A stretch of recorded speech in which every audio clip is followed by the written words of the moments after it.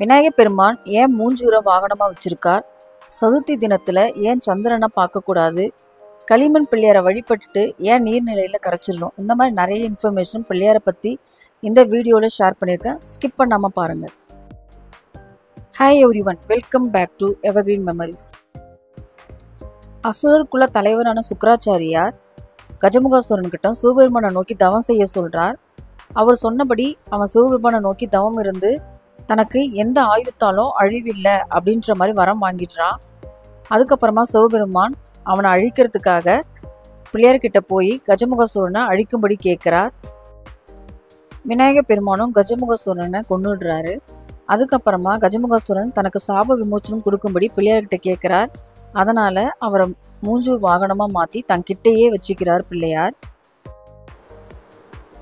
August month ஆற்றோட நீர்மட்டம் அதிகமாகி கரையோரத்தில் இருக்க மணல் எல்லாமே அடிச்சுட்டு போயிடும்.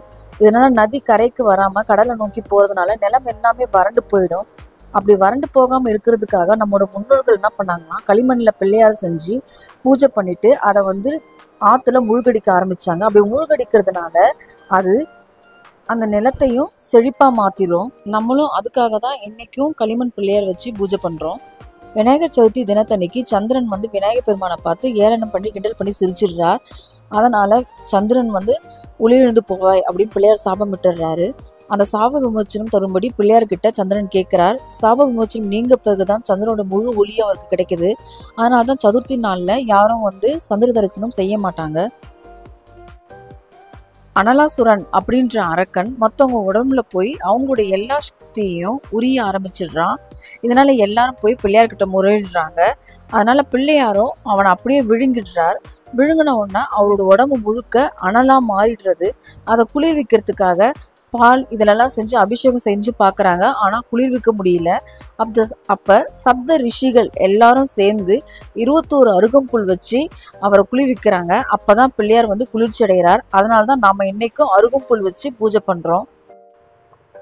வியாசர் மகாபாரத கதையை பிள்ளையார்கிட்ட எழுத சொல்லி கேட்கிறார். அவர் எழுதும்போது கையில் இருக்க பேனா உடைஞ்சு போயிடுது. அதனால அவர் தன்னோட தந்தத்தையே உடைச்சி மீதி கதையை எழுதி முடிக்கிறார். அதனால்தான் அவருக்கு ஏகத்தந்தன் அப்படின்ற பெயரும் வந்தது.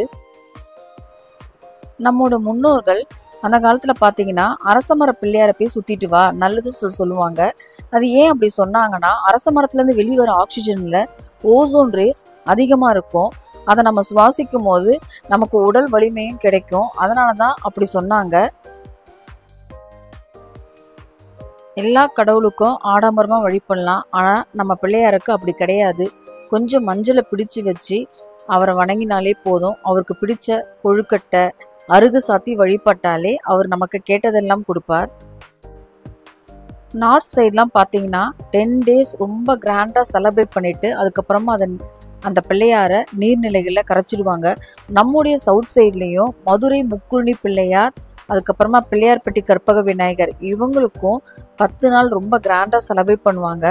அதுக்கப்புறமா அவருக்கு மிகப்பெரிய ராட்சச கொழுக்கட்டை இவங்க 2 பேருக்குமே படைப்பாங்க. இந்த வீடியோ உங்களுக்கு பிடிச்சிருந்தா சப்ஸ்கிரைப் பண்ணுங்க, லைக் பண்ணுங்க, ஷேர் பண்ணுங்க. தேங்க்ஸ் ஃபார் வாட்சிங்.